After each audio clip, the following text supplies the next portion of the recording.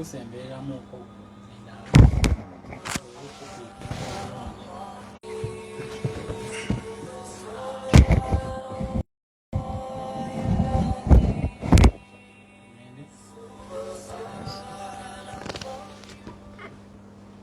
Alhamdulillah wassalatu wassalamu ala rasulillah sallallahu alayhi wasallam. Allahumma ya rabbi shrah li sadri wa yassir li amri wahlul 'uqdatan min lisani yafqahu qawli, amma ba'd. Assalamu alaykum wa rahmatullahi ta'ala wa barakatuhu. Atuluniza omulungi ku 107 katonyeze mwenda Paal FM abutere bituba tuyingiddewo program da'wa manya obusiramu kiriza gwe nali eyo amanya Omar Sulaiman Kasule. Nga bulijjo programu eba yabusika sawa ziba 4 okutuusiza ddala sawa 5 ez'ekiro. Ennaku z'olwaleero ez'omwezi ampuliza omulungi eziri ennaku z'omwezi 12 omwezi ogw'omusanvu omwaka 2022, so nga ate ku saidi ey'eddiini y'Obuisiraamu ennaku z'omwezi z'olwaleero ennaku z'omwezi 13 mwezi gwa 12 omwaka 2043 okuviira ddala mu kusoma kw'Omubaka Muhammad sallallahu alayhi wasallam. Program da'wa manya obusiraamu biidhinillahi tabarakahu wa ta'ala. Akkiriza ntandike n'okubanga njozaayiza mwenna abasinzira gye musinzira okubanga munnange mugenda maaso n'okubanga mutuwuliriza okuba nti Allah subhanahu wa ta'ala yabasobosezza okubanga muyita mu Eid al-Adha, Eid ey'okusala. Mbayozaayiza abasobodde kubanga mutuuka ku kkula eryo owekitiibwa Allah subhanahu wa ta'ala tusaba abeere nga atuwaamu obulungi ffenna. Abatasobodde nga balina enniya tusaba Allah owekitiibwa abasobozese omulundi oguddako, ate n'abo abalina enniya ez'okubeera nga oboolyawo baali badde basala naye ne batasobola kubanga basala olw'ebyo byagudde bitalaze nga ssente okubanga zabulankanye oba ensolo yafudde. Nammwe tusaba Allah owekitiibwa jazikum khairan, Allah owekitiibwa abawe abeere nga bamu obulungi. Naye ngera njagala obbakakasa nti enniya zammwe owekitiibwa Allah subhanahu wa ta'ala n'okumalira kwammwe okutuufu kumwakoze okuba nti ensimbi mwazitaddewo newankubadde zabulankanye, ensolo mwaziguze newankubadde Allah yagezze oboolyawo ne zifa, okutuukiriza ko mwakutuukiriza owekitiibwa Allah subhanahu wa ta'ala kwajja okusinziira ku ekyo abeere nga bawa abasule ekibajaamu. Akkiriza bannaffe abakyali mu hijja kumukakasa nti emikolo gya hijja bagimaliriza. Tusaba Allah subhanahu wa ta'ala akkirize okulamaga kwabwe hijja zaabwe Allah subhanahu wa ta'ala abeere nga azikkiriza abasonyiwa ebyo okugendera kumanyi bw'ogenda e Makka ne Madina okukola hijja owekitiibwa Allah subhanahu wa ta'ala akusonyiwa ebisobyo. Fatauduka yawma waladatika ummuk, Allah subhanahu wa ta'ala akuzza okwabobwe nga akusiimuddeko amazambi gonna nga tokyalina ky'obanjibwa mu maaso ge naddala omulundi ogusooka, wabula bwe gigenda nga giddiŋŋana ate munnange amazambi gosigala okyagafuna gaba geeyongerako, naye ogusookera ddala owekitiibwa Allah subhanahu wa ta'ala munnange agenda mu maaso n'okuba nga ate akutukuza. Kkiriza ampuliza omulungi mu studio munnange sisobodde kubanga mbeera naye olw'embeera owekitiibwa Allah subhanahu wa ta'ala gye yamugeredde. Kkiriza nsooke mmala okubeera ate nga mpisaawo obubaka eri bannaffe Allah subhanahu wa ta'ala baaleetedde obugonvu obw'enjawulo, obulwadde oba ebigwa bitalaze nga accidents oba ensonga endala yonna eyinza okuba nga temunnange etataganya programs. Ebyo byonna kuba kugera kwa Allah subhanahu wa ta'ala nga bwategeeza ti watilka al ayyamu nudawiluha baina nnas, ezo nno zembeera zennaku Allah subhanahu wa ta'ala zagenda yeetoolooza mu mayumba gaffe mu bisulo byaffe, bwatyo bwagenda Allah subhanahu wa ta'ala atwetooloza embeera ezo. Tekituuka ku omu, kituuka ku buli omu. Onaaba olyawo nga nange oba olyawo sifunye kaseera oba sifunye busobozi bujja wano olw'ensonga Allah subhanahu wa ta'ala owekitiibwa gy'ayinza okuba nga ateeseteese etayinza kugaanibwa wadde n'omu yenna, naddala kubanga kuba kugera kwa Allah subhanahu wa ta'ala. Kkiriza agenda mu maaso n'okubanga munnange otuwuliriza, naawe ntwale obuvunaanyizibwa obukwebaza okuba nti essaawa nga zino eyali badde awummudde ali mu kitanda kyo munnange oliawo weeteeseteese okulaba ng'ate obaako nekyoyiga ku kikwatagana n'eddiini y'Obuisiraamu n'okusingira ddala ku musomo gwaffe gwe tuliko olunaku olwaleero oguyitibwa al-miraathu, obusika obusika bwa ddiini ya Buisiraamu bwe tugenda mu maaso n'okubanga tubuulya omunange tukutangaza. Ku mulundi ogwasembayo twasembayo nga tutunuulidde ezimu ku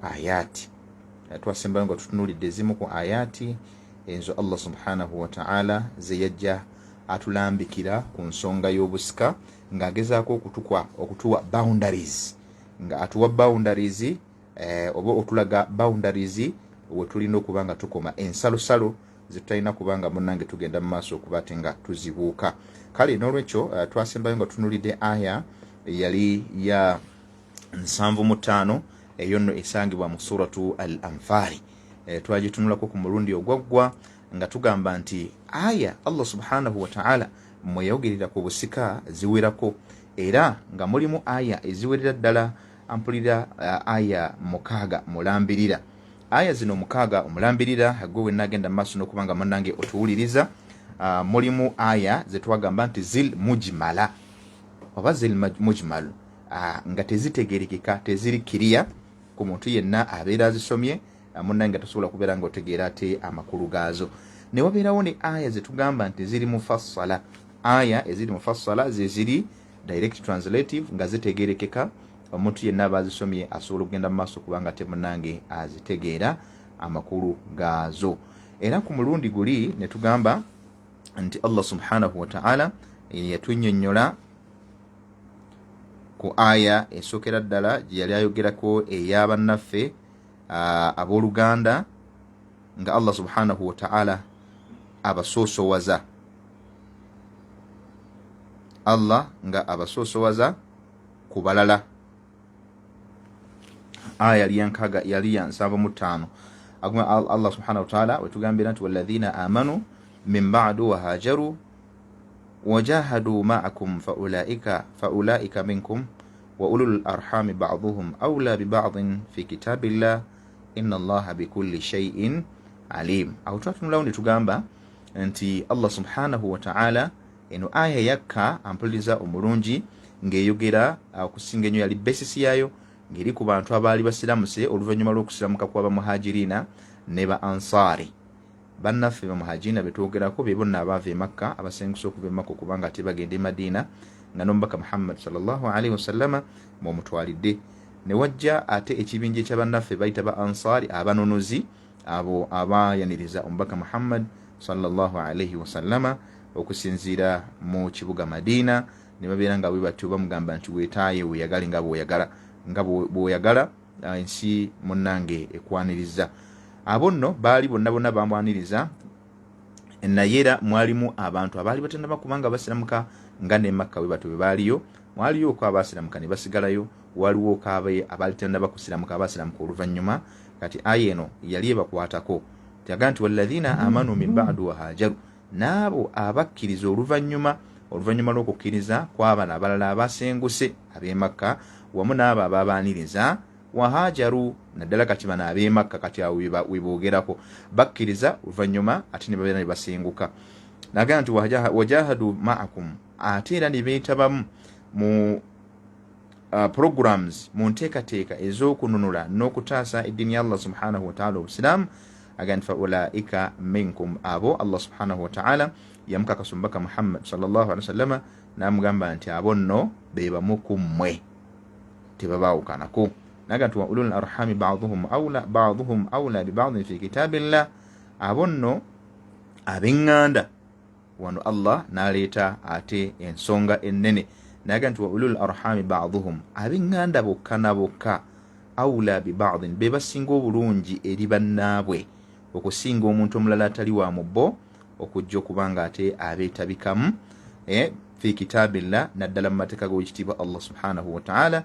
Inna Allaha bikulli shay'in alim. Allah subhanahu wa ta'ala mazima ku buli kintu kyonna yasembayo okukimanya, yasembayo okuba nti mumanyi ku kyo owa waggulu.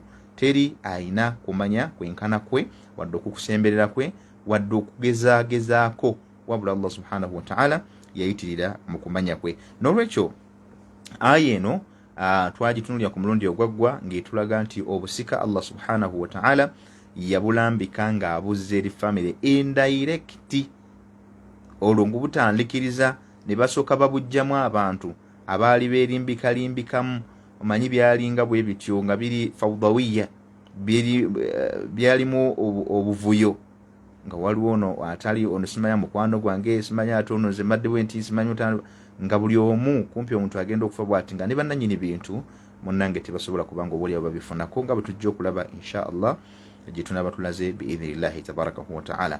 Kkiriza munnange eyaliwo gwe ku lunaku olwayita lwe twagamba eyo yemu ku aya ze twayogerako mu aya omukaaga zetugenda tutunulako ng'olwaliro tugenda kubanga tutunula ku aya ey'okubiri biidhinillahi tabarakahu wataala mu aya ez'omukaaga ng'era gye tugenda okutunula yemu ku aya etakuwa clear information. Wano yes Allah subhanahu wataala atulaze nti obusika bulina kudda eri family. Kitegeeza mu society oba mu environment zaffe mwe tuwangaalira omuntu bw'aba afudde tusooka kunoonya baŋŋanda ze be basinga obulungi gyali okusinga gwe ow'oku kkubo. Yes muyambe, togamba ate demoruka temutomera n'omuleka awo nga atonnyolokoka omusaayi nga tosobola okumuyamba paka ab'eŋŋanda ze banajja. Nedda ekyo kirala. Bw'omala okumukwata bw'oti n'omuteeka emulaga era namwe tukimanyi ffenna ti omuntu bamutomera awo abasinga obungi ekibasooka obbajjira mu muti oba waawa nga banoonya bitambuliso bye nga bamukubira ssimu nti halo nti omuntu gunde omumanyi muganda wamwe bannannyini muntu ono afunye obuzibu era oba motoka emutomedde oba afudde oba akoze eki mu musange emulago n'ebisingako ebiddako bwe bityo. Kiraga nti naffe tukimanyi era kyankizo okusinziira ku nnambika y'ekitiibwa Allah subhanahu wataala nti munnange obusika ng'atulaga wano nti abantu ab'eŋŋanda be basinga obulungi mu nsonga zaabwe nga n'obusika mu butadde mu kuteesaganya mu bibakulaakulanya mu kugonjoola ebizibu ebiba bizze mu famire. Era bw'olabanga ensonga zikutte enkandaggo ng'abe famire mulemeddwa okutuula okumalawo obuzibu bwe mulina, oba oliawo muyinza okuba nga mugenyini muliko ekizibu. Kubanga kizibu nnyo okugamba nti abantu mu famire muli abantu 20 ne bwe muba 10 ensonga ne bange badde omu ku babiri ne mugamba nti muleme okutuula mmwe nga famire okusobola okugonjoola obuzibu bwe bubaddewo nga famire nga temunnayita weebweru. Olabye obusiraamu bannange Allah subhanahu wataala yagenda wala munyinyonnyolaye. Bw'otunula aya eyo n'osooka ogyekenneenya okumanya obukulu bwayo. Allah kugamba nti wa ulul arhami ba'dhuhum awla bi ba'dhin fi kitabillah, tekikoma mbusika abantu abasika abantu abafamire abantu abooluganda abagatta omusaayi mmwe mwekka mwe musinga obulungi okuyambagana mu nsonga zammwe zonna naddala bwe tuba tugoberera amateeka ga Allah subhanahu wataala. Omuntu afudde ewammwe nga temunnayita imaamu kujja kunaaza mufu oyo, nga temunnayita babbali kujja kunaaza muntu oyo, mmwe imaamu ayinza okubaawo kali ng'abagayidinga tugambe nti obaki, naye mmwe naddala singa mubeeramu abo salahiya abateekwa oba abasobola okubeera nga bamunaaza abalina ebisaanyizo. Munnammwe afunye ekizibu, mwabasookeraku ddala okubanga mulina okumuyamba singa abafunye obuzibu oba mwana we yafunye ekizibu nga famire, nga temunnamuleka kugenda wali mu muzikiti kubeera nga bamukubira miranga, nedda. Nga temunnamuleka kugenda ku kyalo kutambula kugenda nga oba oliawo alaajanira ab'ekyalo bamuyambe nga bafamire mwe bali, muli bankizo nnyo nga temunnaba kubanga oba oliawo mulekerera bantu ensonga nyingi nnyo abafamire nga mmwe zemuteekeddwa okubanga mumaliragana mu nkulaakulana, mu mbeera eza bulijjo, mu bikwatagana ku ddiini. Abafamire nga mmwe kyova olaba nti mu kika oba mu famire, oba bwe nagamba ekika kiba kinene, naye famire teyali buzeemu seeka babula 3 4 5 mu famire emu. Wakiri mwegatte mufune abaana abanaasobola okubanga babalungamya okuva mu families ez'enjawulo, oba famire nti tuleseyo omwana gundi n'omwana gundi tubatwali basome eddiini, mwe mubeerewo gwa kuweerera bamaseeka nti ensimbi wezi nti abaana baffe bagende basome, tusobole okubeebuuzaako mu busiraamu tulabe kiki ekyetaagisa. Naye olaba nti obuzibu butuuka awaka nga temulina naani abagayidinga, imaamu taliwo ku kyalo, alina abafu balinga 5 tajja kubawa mwenna budde. Kakati obuzibu ne tusigala nga budde eri ffenna abantu ba families. Kitegeeza ensonga eyo nkulu tugiteekeko essira. Wa ulul arhami ba'dhuhum awla bi ba'dhin fi kitabillah, abantu mmwe bannanyini ŋŋanda abooluganda mu families zammwe mwe musinga obulungi eri bannammwe, mwekka na mwekka okumaliragana ensonga zammwe mu kugonjoola, mu kuluŋŋamya, mu kutereeza, mu kumaliragana obuzibu bwonna n'ensonga endala zoyinza okubanga munnange oyogerako nga Allah wekitiibwa tabarakahu wa ta'ala bwakirambise mu suratu al-Anfali gyetunulidde aya ya 75. Bwe tugenda ate mu suratul Ahzabi, awo no tuvuddewo, tugenze aya ey'okubiri gye tugenda okunulako olunaku olwaleero, eyitibwa suratul Ahzabi aya ya 6. Suratul Ahzabi aya ya 6, Allah subhanahu wa ta'ala atugamba mu aya eyo, a'udhu billahi minash shaytanir rajim, bismillahir rahmanir rahim. النبي أولى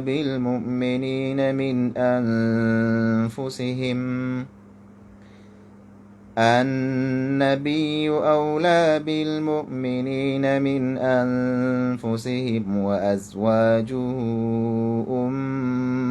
أمهاتهم وأولو الأرحام بعضهم أولى ببعض في كتاب الله من المؤمنين والمهاجرين إلا أن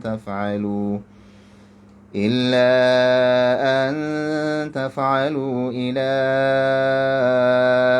أوليائكم معروفا كان ذلك في الكتاب مسطورا.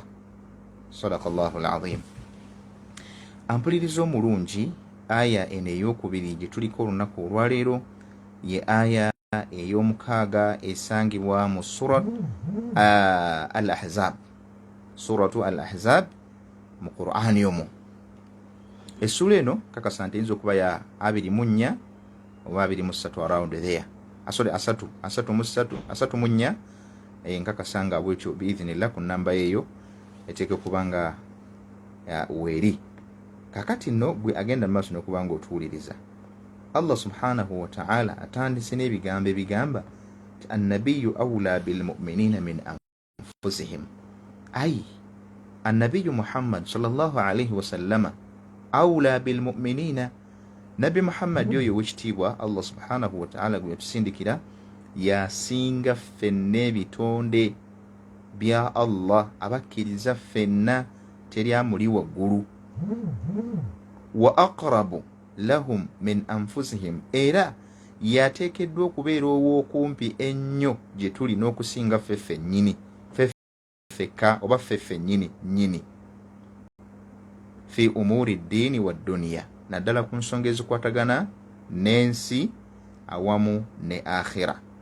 Lwaki tugamba nti lwaki Allah subhanahu wa ta'ala ategeeza mu Qur'an nti annabiyu awla bilmu'minin, nti yasinga? Wali owuliddeko olwaleero abasinga obungi abali otuwulira enjogera y'abannaffe, katugendeko mu lugatul arabiya, Abawarabu nga bakozesa ekigambo nti bi abi anta wa ummi.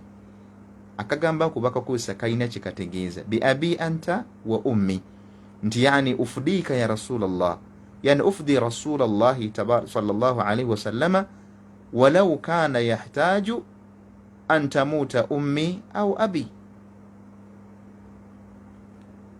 Nze nsobola okununula omubaka Muhammad sallallahu alayhi wa sallama newankubadde nga kyetaaga kuwaayo mmange oba kitange. Kitegeeza ne bwe kibanga kyetaaga kuwaayo nze kennyini ng'omulabe azze okubeera nga tumweŋŋanga, nsobola okuvaayo ne bwe gaba masasi nga gavuga, ne bweba kitala nga kikwatiddwa, ne bweba ttanka nga zivuddeyo, nkulembera okujja okubanga ntaasa omubaka Muhammad sallallahu alaihi wasallam fi umuri ddiini.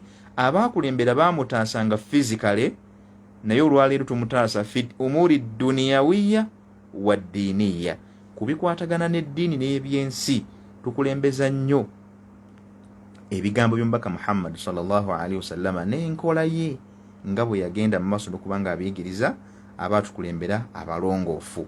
Naffe olwaleero bwe tugamba nti tutaasa Nabbi sallallahu alaihi wasallama mu kuyiga eddiini n'okugikolerako ku nsonga ezikwatagana n'ensi eno kwe tuwangaalira wamu n'ensonga ezikwatagana ne akhira, ng'olwaleero bwe tuli ku busika bwe tubwogerako nga tukuleetera ebigambo ebyo omubaka Muhammad sallallahu alaihi wasallama bye yayogera, ennyinnyonnyola ye ey'enjawulo mu bigambo bye ne ku nsonga ez'enjawulo nga bwe tunaalaba nga tuzituuseeko biidhnillahi tabarakahu wa ta'ala.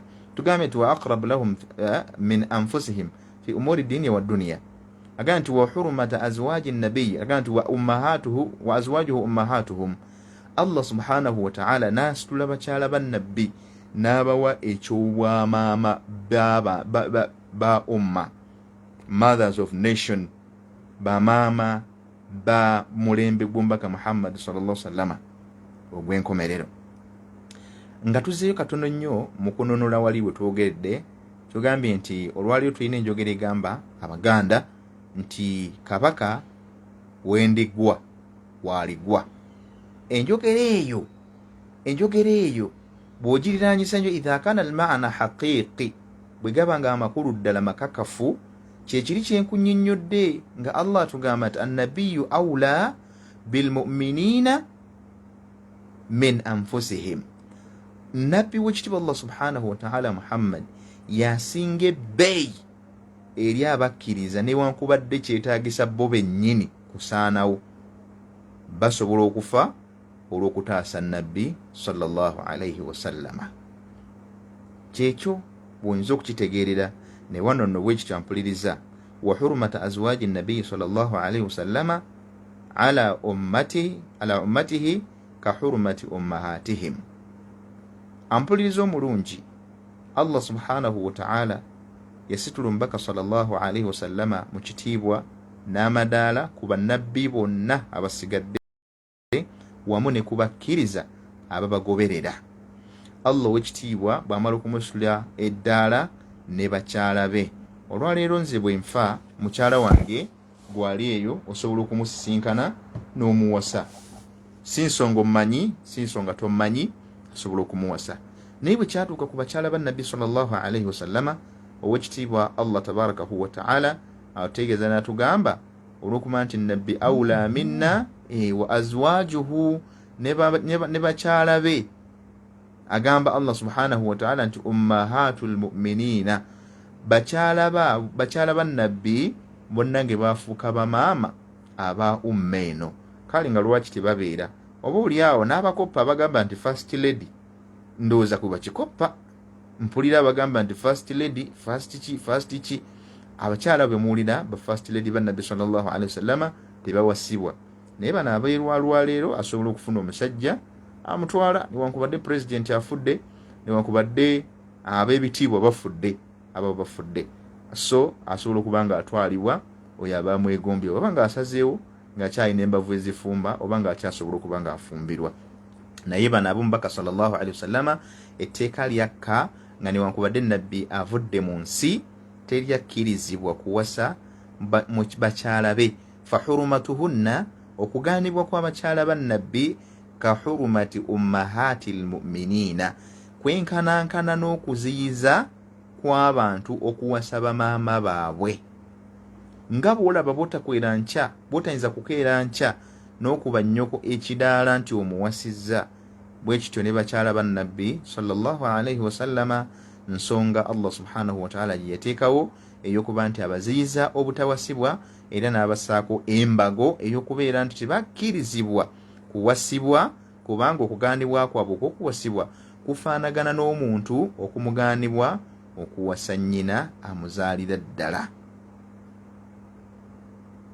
Kyava agamba nti fala yajuzu nikahu azwaji rasuli sallallahu alaihi wasallama min ba'dihi, era tewaliyo hadith nebanema bweti egenda kujja egamba nti Aisha radhiyallahu ta'ala anha, kuba yali omukyala ddala omuto mu bakyala nabbi sallallahu alaihi wasallam be yawasa gwe yalekanga wa myaka 18. Bwe mbasirabidde manyi nti ekyo Sheikh Lugorobi masha Allah hafadhahu Allah mu byafaayo ebyo ate alhamdulillah mukugu asobola okubanga ate akikunnyonnyola. Nolwekyo mama waffe Aisha radhiyallahu ta'ala anha, Allah subhanahu wa ta'ala yagera nabbi sallallahu alaihi wasallam n'amujja mu bulamu obw'ensi. Aisha n'asigalawo ku myaka 18 naye tewali yamweŋŋanga kuwulira nti ate yamala n'afumbirwa omuntu gundi oba n'afumbirwa omuntu gundi, kubanga kyali already kimaze okubanga obubaka bukka obuziyiza basahaba bonna okugezaako okwata emitingo okuwasa nabbi, okuwasa abakyala ba nabbi. Ne bonaddayo okunotunulira mu lutalo olwaliwo oluyitibwa Mawqi'atul Jamal, olwali wakati wa mulamu wa Aisha radhiyallahu ta'ala anha ayitibwa Ali, ng'ate khalifa wa nabbi mba khalifa abana eyali ogwokusatu. Sahaba olutalo olwo lwaliwo, naye mu lutalo olwo lwanyinyitirira ennyo ne beewaza okuba nti abantu olw'okuba mwalimu bayita ba Khawariji, abantu abaali abalabe b'obusiraamu abakuma omuliro ku sayidi ey'obusiraamu, abasiraamu basobole okuttiŋŋana.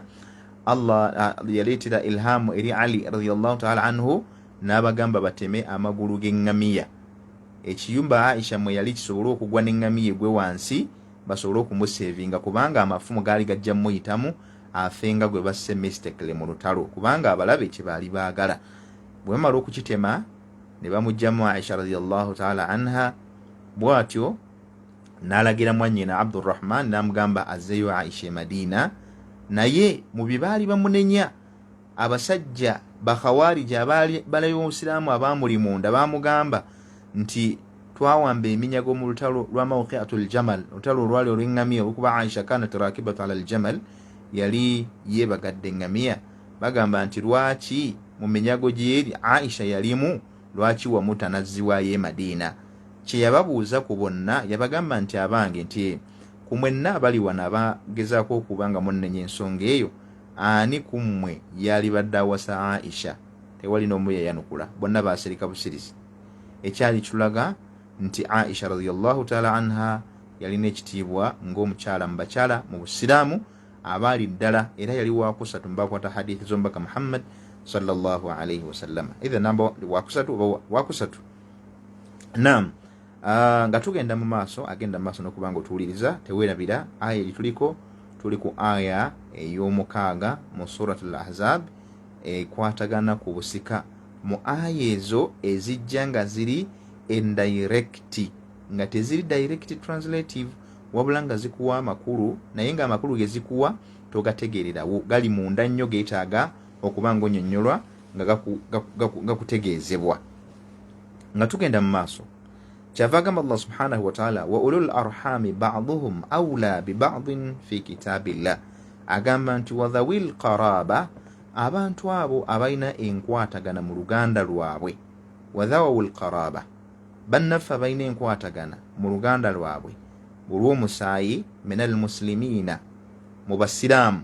Kitegeeza balina bibiri, basiraamu ate balina enkwatagana mu musaayi. Agamba Allah ti ba'duhum awla bi ba'din fi kitabillah, abo nno boolaba bo bokka na bokka, awla ahaqqu bimirathi ba'dihim bimirathi ba'din fi hukmi llahi wa shar'ihi. Abo boolabye bowulidde abooluganda abasiraamu abagatta omusaayi be basinga obulungi, bo bokka na bokka mu nsonga ezikwatagana n'obusika bwabwe mu kusikiragana, naddala mu mateeka agatulaalikibwa ow'ekitiibwa Allah subhanahu wa ta'ala agakwatagana ku busika. Bil imani wal hijra, okusinga maana wa shar'ihi min al irthi bil imani wal hijra, okusinga lwe tunaaleeta obusika obuyinza kubanga la shaka fi dhalika, eno aya liyogera ku nsonga gye tugenda okulabako mu maaso awo katono nnyo. Allah agamba eno aya eno yajja ng'erina obusika bwesangulawo obwaliwo. Okusookera ddala eyakulembedde gye twalabye ey'ensanvu-mu-ttaano yali ejjawo obusika obwaliwo oluberyeberye, abantu abajjanga mu busika ne bafuna emmaali nga tebalina kakwate konna ku luganda lw'oyo omufu, naye ng'ate basobola okutwala ebyobugagga bye. Eyo aya n'ebisazaamu ng'omuntu alina okutwala ebyobugagga bye alina kuba nga alina akakwate ak'oluganda olw'omusaayi kw'oyo abavudde mu bulamu bw'ensi. ekyokubiri eno aya eyokubiri gituliko etunnyonnyola etulaga nti omuntu yenna ateekeddwa okutwala ku maali y'omuntu oyo aba avudde mu bulamu obw'ensi ateekeddwa okubeera ng'alinako oluganda ku muntu oyo aba afudde. Kyekisookera Allah akikomezzaawo nti wa ulul arhami, abantu ekigambo rahimu kitegeeza nabaana. Kati ulul arhami kitegeeza abantu abafuluma mu nabaana, balina akakwate ku nabaana mu bufulumiro bwabwe. Katugambe nti bajjajjaabwe, jjajja mukyala mwe bafuluma abantu abo bonna balina akakwate ku nabaana oyo. Kyategeeza basemberaganye mu kuba nti bava, kubanga kati nze olwaleero bw'obeera nga gwe ampuliriza oli omu ku banzaala nga gwe onzaala mathalan, naye ate nga naawe olina akuzaala, kati nze akakwate kennina nti gwanzaala ate nabaana gye wavaamu nate nenva mu ggwe, tubanga era balina akalandira ke kamu directly. Nange omwana gwe naazaala asigala ddayo direct, tumalirawa tumalira ku sayidi eyaawo ey'omukyala oba omukyala oyo gwe twafulumamu gwe yatuzaala. So kyekyo ke kakwate akabeerawo mu mbeera gye tugamba dhawil arhami ba'dhuhum awla bi ba'dhin fi kitabillah. Kyava tugamba Allah subhanahu wa ta'ala nga tukyayongera okubanga tunnyonnyola etteeka lino minal mu'minina, agambye nti minal mu'minina wal muhajirina. Okusinga tugambye mu mateeka ga Allah, okusinga bwe tunaleeta abakkiriza ab'e Madiina, wal muhajirina n'abo abasenguse okuva e Makka okujja okuba nti ate tusobola okubasikiraganya, n'oli n'asikira oli n'ono n'asikira ono. Ekyo Allah subhanahu wa ta'ala mu aya eno yakikuba nti kati tekikyaliwo. Nabbi sallallahu alayhi wa sallama njagala okutegeeza, agenda mu maaso n'okubanga otuwuliriza, nkutegeeza kino nti obusika buno bwatambulira mu mitendera katugiyite ena. Obusika buli mu mitendera ena. Omutendera ogwasooka gwe mutendera ogwa jahiliya period, kale katugiyite esatu okusinzira ku nnyonnyola, emitendera esatu. Omutendera gw'obutamanya nga mateeka ag'obusiraamu n'omubaka sallallahu alaihi wasallama tanna kubanga atumwa, ogwo gwaliwo nga buli omu akola nga kyayagala. Mwe twasangira ab'amaanyi nga balya ebyabanafu, abato abakulu nga tebatunulira bato, abakyala nga abasajja tebatunulira rights z'abakyala, n'ebisigadde ebiringa ebyo abagagga mu bo nga bibali ebyabaavu mu mbeera. Nga bw'onoolaba ensolo mu kimbira nti king of the jungle yabasinga powers ye mukambwe ennyo, yaba atakula ennyo, nga bw'olaba nti empologoma bagamba nti munnange ye king of the jungle olw'okuba talina mateeka gonna gamukwatako. Ne mu mbeera efaanako bwe gye bayita jahiliya period, mu kiseera eky'obutamanya embeera bw'etyo bwe yali n'esukka ogw'omulamuzi. Kakati nno Allah subhanahu wa ta'ala eyo n'atugjayo ne wajja ekiseera eky'omubaka sallallahu alayhi wasallama ng'asenguse, bamala okumubonyaabonya asenguka agenda e Madiina. Ogwo mutendero gw'okubiri gwe tugenda okulaba. Nabbi bw'asenguka okuva e Makka okugenda e Madiina, tewaaliwo busika, amateeka g'obusika gaali tegannaba kujja. Naye bannaffe abasenguse abaava e Makka okugenda e Madiina bagenda okutuuka nga tebalina ke balina, kuba ebintu byabwe byonna baali babirese mu Makka, ng'ate babonyaabonyezebwa nga buli akwatibwako okufa kye kisinga obulungi okusinga okumulekawo. Bwe batyo bamu ku bo abaali abagagga mu bo, Nabbi sallallahu alayhi wa sallam yateekawo obusika, era Allah bwe yakoonamu sitampu oluvannyuma kuba kati n'etteeka lyetulabye lyali libusangulawo, naye ng'ate oluberyeberye Allah subhanahu wa ta'ala yalikoonamu sitampu ng'aga nti walladhina hajaru walladhina amanu subhanallah. Allah subhanahu wa ta'ala tujja kuliraba etteeka mu maaso gye bujja biidhina tunaba tulituseeko, naye nga mukyo mu aya eyo yalambikiramu ng'alaga abo abasenguse okuva e Makka, abakkiriza ne basenguka ne bava e Makka ne bayingira Madiina, be basinga obulungi okubanga basikiragana bo bokka na bokka ne balya abaabataasa beba ansari ab'e Madiina.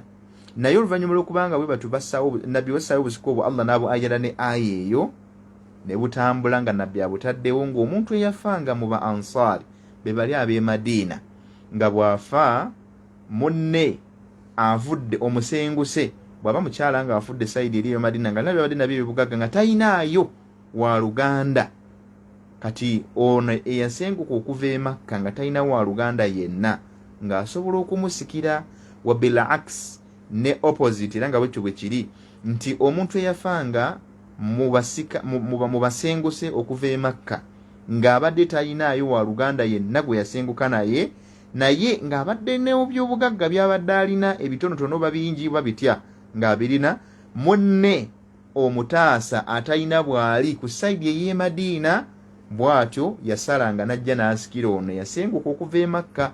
Obwo obusika Nabbi sallallahu alaihi wasallama yabuteekawo era Allah subhanahu wa ta'ala n'abukonamu stampu oluberyeberye ku ntandikwa ng'amateeka g'obusiraamu tegannaba kubanga gakwatagana ku busika.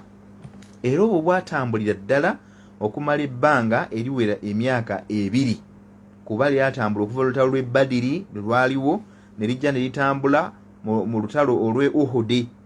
Mu Uhudi awo nga gwako gwali mwaka gwa 2 nga guggwako baserabidde gwali guggwako bwatyo Allah subhanahu wa ta'ala we yasiza amateeka ng'omwaka ogwokubiri guggwako nga ne Uhudi emaze okubanga erwanibwa.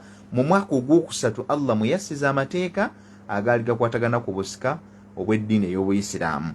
Obusika obwali obwa wakati waabo abasenguse ne bali abababudamya ne bukomekerezebwa ne aya eno gye tuliko olunaku olwaleero ey'okumeka ey'omukaaga mu suratul Ahzab. Allah ng'agamba nti wa ulul arhami ba'dhuhum awla bi ba'din, abantu abalina enkwatagana mu musaayi mu buzaaliranwa bwabwe be basinga obulungi bokka na bokka mu kusikiragana, bo bokka na bokka mu kusikiragana minal mu'minina, okusinga abakkiriza ab'e Madina ba Ansar, wal muhajirina n'abasenguse ye Nabbi sallama ne ttiimu ye bwe baava e Makka okuyingira Madina. Bw'atyo Allah n'abukomekereza ne aya eno nga asigala azza obusika nga bulina kudda eri abafamire yoyo avudde mu bulamu bw'ensi. Kyava agamba Allah subhanahu wa ta'ala nti illa an taf'alu ila awliyaikum ma'rufa. Ako nako kanyomero najjamu naga illa okujjako omuntu gw'otalinaako kakwate wayinza okuyingirirawo mu busika bwoddi. Illa an taf'alu ila awliyaikum ma'rufa, actually tebuba busika naye wabula kyetwandise istihsan, omuntu okola obulungi ng'alina gwabukolera. Allah agamba illa okujjako an taf'alu ila awliyaikum ma'rufa. Allah agamba nti okujjako omuntu yenna abeera agenda okufa naaba nga mu kufa kwe alina ekirungi kyayagadde okukolera abamu ku balamu abagenda okusigalawo oluvannyuma lwe. Abantu awuliya kitegeeza abantu abalungi b'otwala ng'abalungi bo ku saidi yo, mawula, abataasa abo oba n'abalala bonna banfanfeebo boyinza okulaba nti oba oli awo mu mbeera gye balimu si nnungi, oba ekintu kyonna ky'obusazeewo okugamba nti oba oyagala okukidedikeetinga oba okukigaba ng'olina omuntu yenna gw'okigabira naye nga tali mu basika abo, ekyo kimu. Ekyokubiri nga tali oba oli awo mu baluganda lwo, kale asobola okubeera mu booluganda naye abatali bano ab'okumwanjo abateekwa okufuna emmaali yo. Nga bwe tujja okulaba tukyasosootola, manye ebibuuzo bisobola okubeera ebingi awo, omuntu nga yeebuuza nti ate ab'eŋŋanda ate waliwo abatali basika. Yes, ekyo tujja kwongera inshallah okukitangaaza gye tulaga yonna biidhnillahi tabarakahu wa ta'ala. Nze nyongera kugamba gwe wenna gy'oli okubanga weekuumira ku Pearl FM okwesaawa nga zino okwongera okubanga ate otangaala mu kikwatagana ku ddiini ey'Obuyisiraamu omutendera guno gwe tuliko ogw'obusika.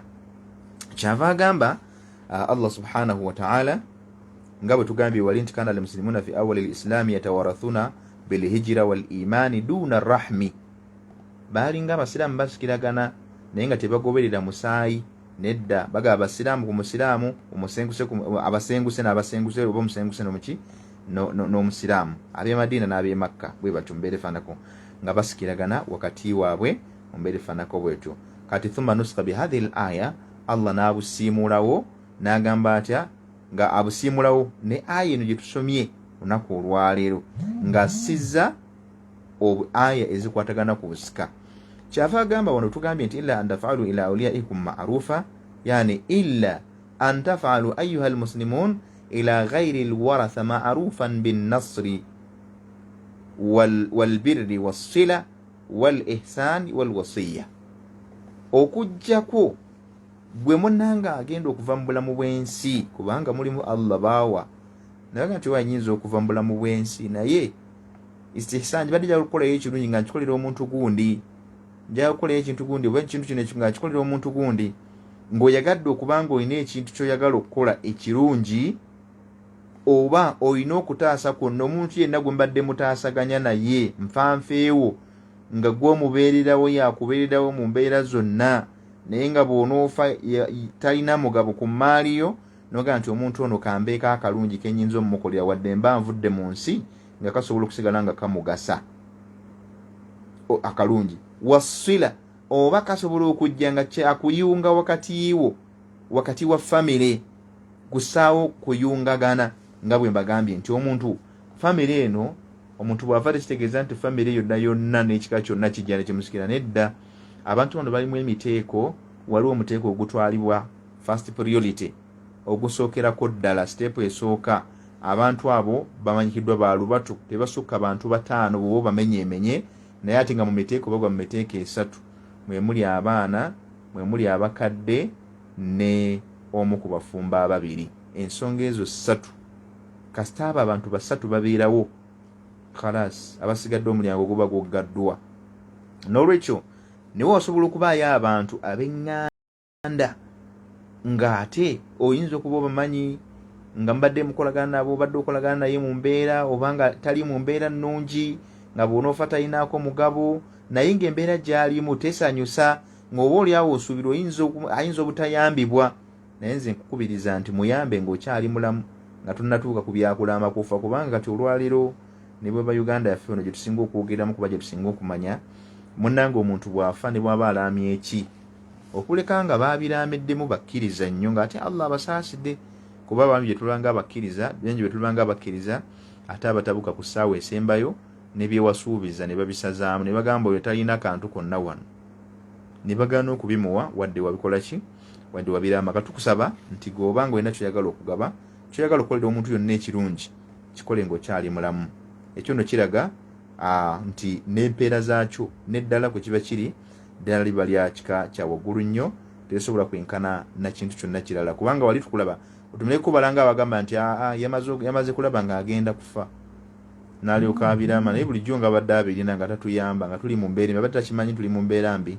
Kakati mbadde nkusaba nti gwe wenna alina ekintu oba obusobozi bwonna bw'oyinza okwagala okutuusa ku balala, bw'obanga Allah akuwadde obusobozi ng'okyalina obulamu, kwata ekintu ekyo kiweeyo, kubanga tomanyi bw'onaava mu bulamu buno obw'ensi buyinza okuba nga ekintu ekyo ky'okoze nga tekijja kusobola kuba nga kituuka ku bantu abo olwabo boolese abajja okusigalawo mu bintu ebyo, okuba nti munnanga obwesiga bwabwe buyinza obutaba bujjuvu nga gwe buyinza okukisuubira.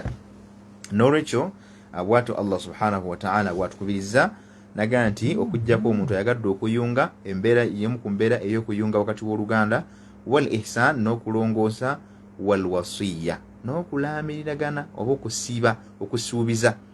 Omuntu ayinza okwagala okusuubiza omuntu yenna ng'amusuubiza ekintu mu maali ye tibakimuwe. For example, nja kuwa example emu oba ekyokulabirako nti omuntu asobola okuva mu bulamu, asobola okuba nga ava mu bulamu obw'ensi, naye ng'alinayo omuntu abadde oba amubeererawo ko mu mbeera ey'enjawulo, naye n'agamba nti bannaaye nti bwe mbanga nfudde ebintu byange byonna nga temunnabigaba, ekintu gundi kino mukikwata nga ne mukimpeera omuntu gundi nkimuwadde nga ye mukimuwanga, mbeere fanako bwetyo.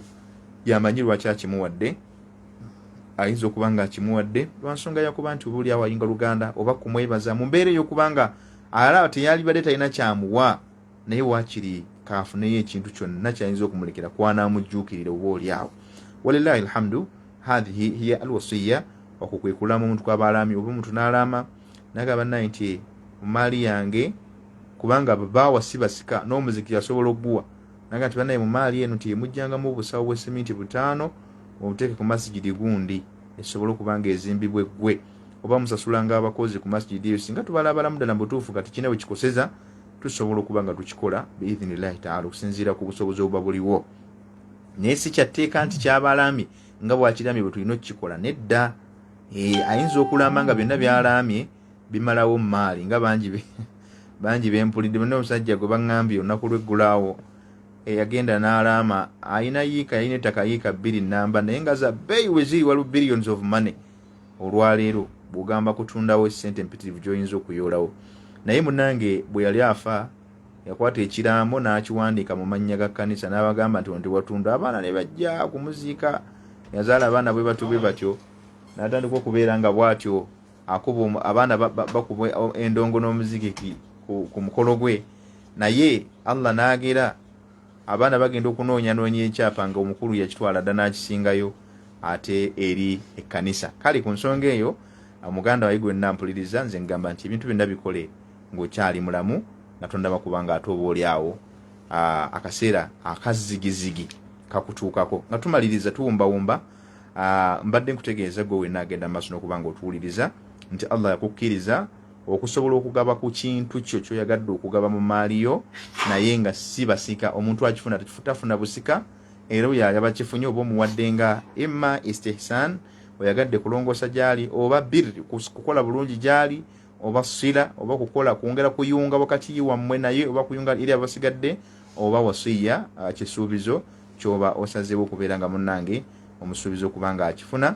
Bw'atyo Allah bw'abadde atugamba mu aya eyo gye tulabye mu ebaddeko waggulu eyo naga Allah subhanahu wa ta'ala nti kana dhalika ekyo nno byowulidde byonna tunnyonnyola mu aya eyo okuva edda nedda fil kitaabi mu kitabo kya Allah subhanahu wa ta'ala eno mastuura nga byawandiikibwa dda si Qur'an eno gy'okutte nedda ala lawhil mahfuz ku kitabo kiri kye tumanyi ekiri eri Allah subhanahu wa ta'ala byonna byali byaplaningibwa dda nga biri ebirinze bulinzi kaseera kubanga bikutuukako.